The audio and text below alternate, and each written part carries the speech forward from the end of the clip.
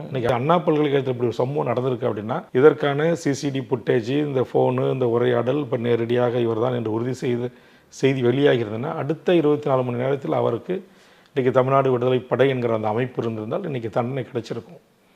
நேற்று புதுக்கோட்டையில் ஒரு நர்சிங் கல்லூரி மாணவி அநியாயமான முறையில், மர்மமான முறையில் ஒரு கிணற்றில் வீசப்பட்டு உயிர் இறந்திருக்கிறார். அந்த குடும்பம் இன்றைக்கு கதறிக்கிட்டு இருக்கு.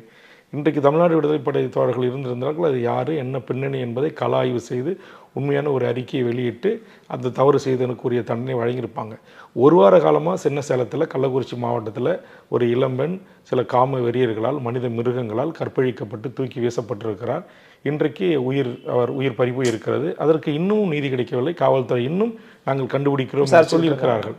அண்ணா பல்கலைக்கழகத்தில் கிடைத்த அந்த அட்டென்ஷன், அந்த ஒரு பாதிப்பு, மீடியாக்களுடைய வெளிச்சம், அந்த ஏழை ஒரு ஒடுக்கப்பட்ட பிற்படுத்தப்பட்ட சமூகத்தில் பிறந்த புதுக்கோட்டை மாணவிக்கும் கிடைக்கப்பெறவில்லை, சின்ன சேலம் மாணவிக்கும் கிடைக்கப்பெறவில்லை.